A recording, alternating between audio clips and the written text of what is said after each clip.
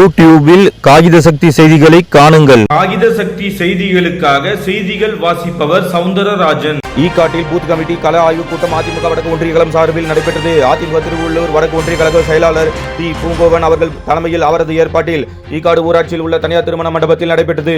8/4/2025 அன்று நண்பகலில் நடைபெற்ற இந்த ஆய்வுக் கூட்டத்தில் அதிமுக திருவள்ளூர் மத்திய மாவட்ட கழக செயலாளரும் முன்னாள் அமைச்சருமான ப பெஞ்சமின் அவர்களும் அதிமுக அமைப்பு செயலாளர் ராயபுரம் ஆர் மனோ அவர்களும் சிறப்பு அழைப்பாளர்களாக கலந்து கொண்டு ஆய்வு மேற்கொண்டு சிறப்புரையாற்றி பல்வேறு ஆலோசனைகளை வழங்கினர். இக்கூட்டத்தில் பூவிருந்தவள்ளி முன்னாள் சட்டமன்ற உறுப்பினரும் பூவிருந்தவள்ளி மேற்கு ஒன்றிய கழக செயலாளருமான NSA ஈரா மணிமாறன் அவர்களும் திருவள்ளூர் மத்திய மாவட்ட கழக துணை செயலாளரும் திருவள்ளூர் முன்னாள் மாவட்ட கூட்டுறவு ஒன்றிய துணைத் தலைவருமான காசு ஜனார்தனம் அவர்களும் மாவட்ட கழக பொருளாளர் வானகரம் கே ராஜா என்கிற பேரழகன் அவர்களும் மாவட்ட எம்ஜிஆர் மன்ற துணை செயலாளரும் பூவிருந்தவள்ளி முன்னாள் ஒன்றிய குழு தலைவருமான காட்டுப்பாக்கம் ஜி திருநாகரசு அவர்களும் மாநில இளைஞர் பாசறை துணை செயலாளர் திருநின்றவூர் SBR கிஷோர் அவர்களும் மற்றும் திருவள்ளூர் வடக்கு ஒன்றியத்திற்குட்பட்ட மாவட்ட ஒன்றிய ஊராட்சி கிளைக்கழக செயலாளர்கள் மற்றும் நிர்வாகிகள், பிற அணி நிர்வாகிகள், பூத் கமிட்டி பொறுப்பாளர்கள் உள்ளிட்ட பலர் இக்கூட்டத்தில் கலந்து கொண்டனர். புரட்சித் தலைவர் புரட்சி தலைவி அம்மாவுடைய ஆசையோடு இன்றைய தினம் கழகத்துறை பொதுச் செயலாளர்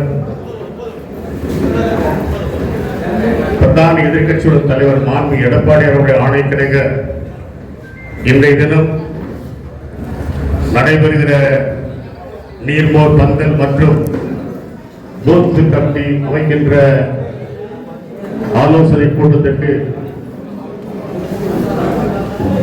வருகிறது நிகழ்ச்சியை தலைமையேற்று நடத்தி கொண்டிருக்கிற எங்கள் மாவட்ட கழக செயலாளர் அன்புக்கும் மரியாதைக்குரிய அருமையண்ணன் ப பெஞ்சமின் அவர்களே, நிகழ்ச்சியிலே வருகிறது நிகழ்ச்சியிலே பல்வேறு கருத்துக்களை வழங்க இருக்கிற திருவள்ளூர் மத்திய மாவட்ட கழகத்துடைய பொறுப்பாளர் அன்புக்கும் மரியாதைக்கு கழகத்துடைய அமைப்பு செயலாளர் அன்புக்குரிய அருமை ராயபுரம் மனோ அவர்களே, நிகழ்ச்சியிலே கலந்து கொண்டிருக்கிற திருவள்ளூர் வடக்கு ஒன்றியத்தினுடைய பொறுப்பாளர் அன்புக்குரிய அருமையண்ணன் மாவட்ட எம்ஜிஆர் மன்றத்துடைய செயலர் அன்புக்குரிய அருமையண்ணன் டி திருநாவுக்கரசு அவர்களே, நிகழ்ச்சியில் வருகின்றிருக்கிற முன்னாள் சட்டப்பேரவை உறுப்பினர் அன்புக்கும் மரியாதைக்குரிய NSA மணிமாறன் அவர்களே, நிகழ்ச்சியிலே வருகின்றிருக்கிற மாவட்டத்துடைய துணைச்சர் அன்புக்குரிய அருமையன் காசு ஜனார்தனம் அவர்களே, நிகழ்ச்சியில் வருகின்றிருக்கிற மாவட்ட கழகத்துடைய பொருளாளர் அன்புக்குரிய அருமையன் ராஜா என்கிற பேரழகன் அவர்களே,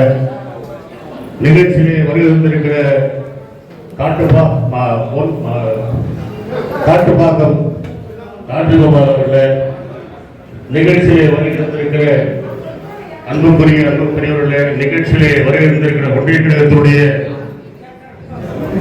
அமைச்சர்கள் அன்புக்குரிய வடமார்க்க மத்தியர்களே, ஒன்றிய இணை செயலாளர் பப்பி முனிசாமி அவர்களே, ஒன்றிய கழகத்துடைய துணை செயலாளர் கலாவதி துறை அவர்களே, ஒன்றிய கழகத்துடைய துணை செயலாளர் துளசிராமன் அவர்களே, ஒன்றிய கழகத்துடைய பொருளாளர் எம் மணி அவர்களே, மாவட்ட பிரதி அன்புக்குரிய அன்பு சகோதரர் தீபா ராமச்சந்திரன் அவர்களே, மாவட்ட பிரதி அன்புக்குரிய அன்பு தம்பி ருதுவான் அவர்களே, இந்த நிகழ்ச்சியை இவ்வளவு சிறப்பான முறையிலே அல்லும் பகல் வயலால் உழைத்து மாவட்ட கழக செயலாளர் உங்களுக்கு நீர்மோர் பந்தல் பூத்துக்கு அமைக்கின்ற இடம் என்று கேட்கிற உடனே மரியாதைக்குரிய அன்புக்குரிய அன்பு சகோதரர் புல்லட் ரவிகிட்ட சொல்றாங்க படிக்கலாம் அப்படின்னு உடனே சொன்னார். உடனே சொல்லி இன்றைக்கு இந்த நிகழ்ச்சி உள்ள சிறப்பான முறையிலே ஏற்பாடு செய்திருக்கிற என் அன்புக்கும் பாசத்திற்குரிய அன்பு சகோதரர் புல்லட் முருகன் அவர்களே, அவரோடு இணைந்து செயலாற்றுகிற அன்புக்குரிய அன்பு தம்பி ஆர் சரவணகுமார் அவர்களே, நிகழ்ச்சியிலே வருகின்றிருக்கிற மாவட்ட எம்ஜிஆர் மன்றத்துடைய இணை செயலாளர் அன்புக்குரிய அன்பு சகோதரர் நாகேந்திரன் அவர்களே, நிகழ்ச்சியிலே வருகின்றிருக்கிற மாவட்ட எம்ஜிஆர் மன்றத்துடைய துணை செயலாளர் வெங்கட சுப்பிரமணிய அவர்களே, மாவட்ட புரட்சித் தலைவர் பேரவையினுடைய இணை செயலாளர் அன்பு தம்பி குணசன் அவர்களே, மாவட்ட எம்ஜிஆர் மன்ற இணை செயலாளர் உதயகுமார் அவர்களே, வடக்கறிஞர் பிரிவினுடைய இணை செயலாளர் அன்பு தம்பி சுப்பிரமணிய அவர்களே, மாவட்ட பாசருடைய துறை அன்பு தம்பி சரவணகுமார் அவர்களே, ஒன்றிய எம்ஜிஆர் மன்றத்துடைய செயலாளர் அன்பு சகோதரர் ஆதிமன் அவர்களே, ஒன்றிய இளைஞருடைய செயலாளர் ரஞ்சித்குமார் அவர்களே, ஒன்றிய மகளிரை செயலாளர் அன்பு சகோதரி ரீதா அவர்களே, ஒன்றிய மாணவரின் செயலாளர் பாலாஜி அவர்களே, ஒன்றிய அண்ணா தொழிற்சங்கத்துடைய செயலாளர் PS பாபு அவர்களே, ஒன்றிய சிறுபான்மை செயலாளர் அன்பு சகோதரர் மகேஷ் அவர்களே, ஒன்றிய விவசாயிகள் செயலாளர் முனுசாமி அவர்களே, ஒன்றிய இளைஞரை செயலர் ராஜேந்திரன் அவர்களே, ஒன்றிய பாசறை செயலர் அன்பு தம்பி ஜெயராஜ் அவர்களே, ஒன்றிய வழக்கறிஞர் செயலர் அருள்தாஸ் அவர்களே, ஒன்றிய ஐடி விகித செயலாளர் சவுந்தரராஜன் அவர்களே, மாவட்ட தொழிற்சங்கத்துறை துணைத் தலைவர் அன்பு சகோதரர் ஆனந்தன் அவர்களே, அண்ணா தொழிற்சங்கத்துறை மாவட்ட துணைத் தலைவர் அன்பு தம்பி சிவகுமார் அவர்களே, நிகழ்ச்சியில் வர இருந்திருக்கிற வழக்கறிஞர் அன்புக்குரிய அன்பு சகோதரர் புருஷராஜ் அவர்களே, நிகழ்ச்சியிலே திரளாக வர இருந்திருக்கிற இன்றைக்கு பல்வேறு வேலைகள் இருந்தாலும் கூட இன்றைக்கு பல்வேறு நிகழ்ச்சி இருந்தாலும் விட்டுவிட்டு திறனாக வர இருந்திருக்கிற அனைத்து இந்திய அண்ணா திராவிட முன்னேற்ற கழகத்துடைய பல்வேறு பொறுப்புகளை தாங்கி இருக்கிற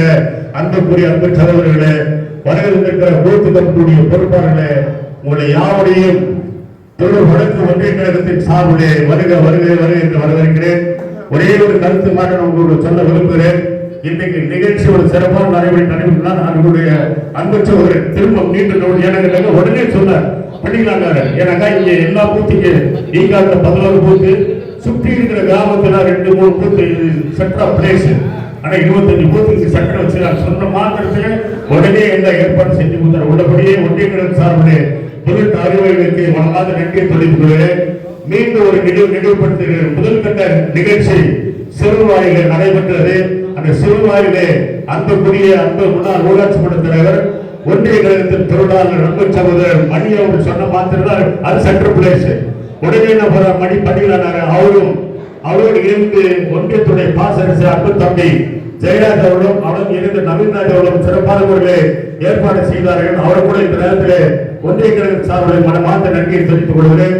அதனாலே அன்புக்குரிய அமைச்சர் யாவரையும் ஒன்றிய கழக சார்பிலே வருக வருக வருக என்று வரவேற்கிறேன். நன்றி, வணக்கம்.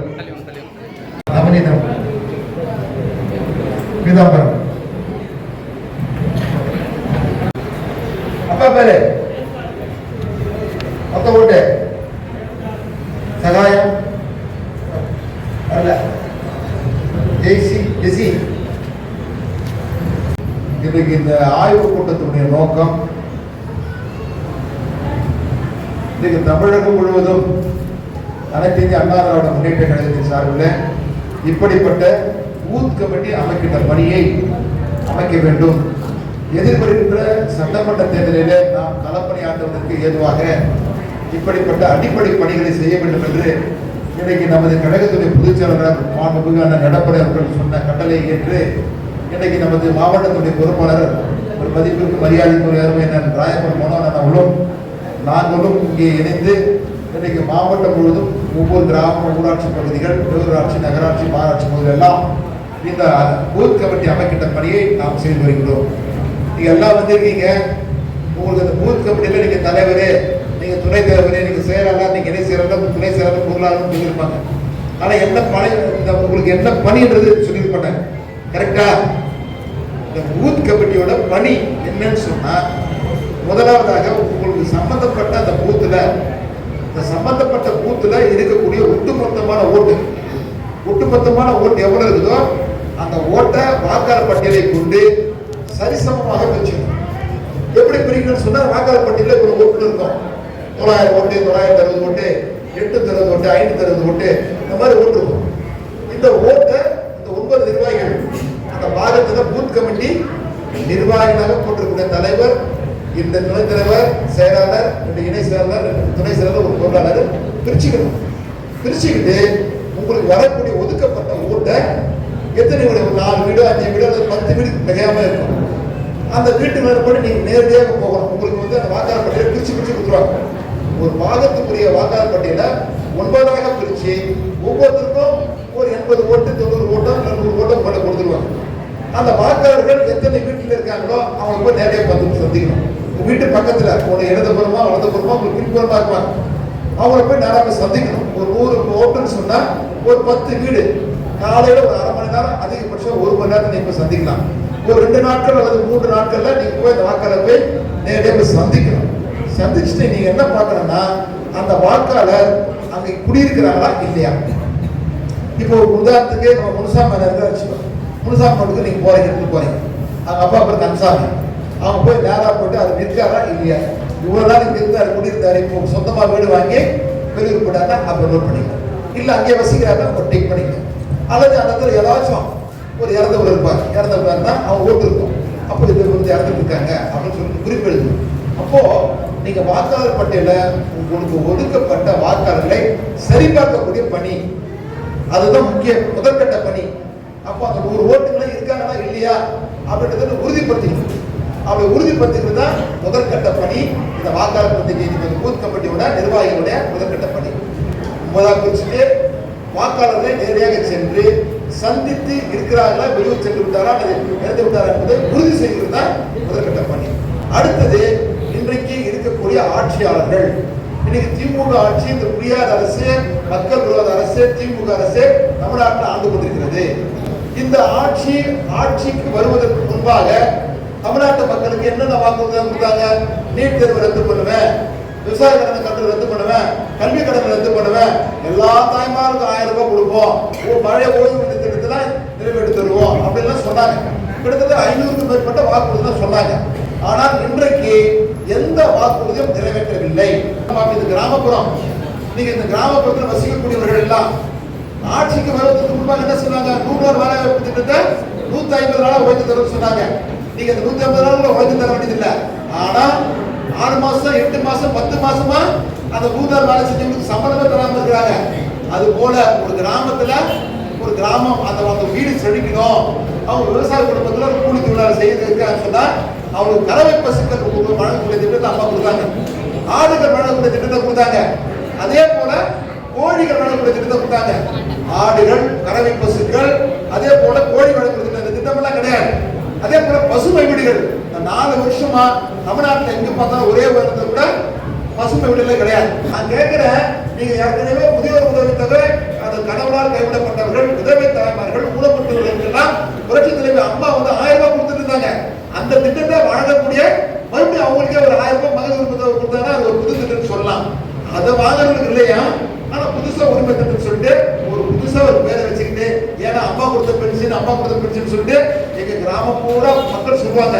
அந்த பேச்சு வரணுன்றதுக்காக இவங்க புதுசா என்ன சொல்றாங்க? மகளிர் உரிமை திட்டம் சொல்றாங்க. ஆனால் ஏற்கனவே இந்த திட்டம் முதியோர் உதவி தொகை சொல்லி இருந்துட்டு இருக்குது நடைமுறையில. அதான் எடப்பாடியார் கூடுதலா கொடுத்தாரு. இப்படி மக்களை திசை திருப்பி, மக்களை ஏமாற்றி இந்த ஆட்சிக்கு நடந்துட்டு. முதல்ல வாக்காளர் பட்டியலை சரிபார்க்கக்கூடிய நீங்கள் அடுத்த 2ஆம் கட்டமாக இன்றைய ஆட்சியாளருடைய அமலங்களை, மக்களது போக்கை நீங்க அவங்க எடுத்து சொல்லணும். இந்த ஒரு ஆட்சி மாற்றணும். ஒரு ஆட்சி மாற்றணும்னா நம்ம சுபிட்சமா இருக்க முடியும். நடைமுறையில் திட்டம் எல்லாம் நமக்கு வழங்க முடியும். அம்மா ஆட்சியில் கொடுத்த திட்டங்கள், எடப்பாடி ஐயா ஆட்சியில் கொடுத்த திட்டங்கள் எல்லாம் நம்ம கிடைக்கணும்னு சொன்னா 2026 நடைமுறை இருக்கக்கூடிய சட்டமன்ற தேர்தலில் மீண்டும் புரட்சி தலைவர் எம்ஜிஆர் ஆட்சி, புரட்சி தலைவர் அம்மா ஆட்சி, அந்த எடப்பாடி உழைக்கணும்.